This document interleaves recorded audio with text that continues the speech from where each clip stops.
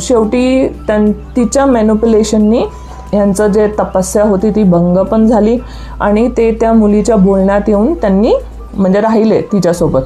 पण काही दिवसानंतर ती मुलगी अगेन सोडून निघून गेली बिकॉज तिला ते जे हवं होतं ते भेटत नव्हतं. पण जाताना ती मुलीकडनं पण असंच निघालं, म्हणजे मरताना तिच्या तोंडातून की ह्या व्यक्तीला मी कधी माफ नाही करणार, ह्यानी माझी जिंदगी बर्बाद केली, ह्याला पण आयुष्यात कधीही सुख भेटणार नाही, ठीक आहे, आणि हा तडपडत राहील माझ्यासाठीच. म्हणजे एकतर ती सोबत राहिली, त्यावेळेला तिने सवय लावून दिली ना त्या व्यक्तीला स्वतःची, आणि अचानक निघून जाणं कोणाचं तरी सवय लागल्यानंतर इट्स व्हेरी पेनफुल. तर कुठेतरी तशा टाईपचं झालेलं. आणि सेम थिंग आता पण झाली. 6 महिन्यात आली, पूर्ण आयुष्य त्यांचं उद्ध्वस्त करून टाकलं तिने, प्रेरणाने, ज्योतीचं. आणि त्यानंतर अचानक उठून निघून गेली, म्हणजे स्वतःचे सेफ साईड बघून.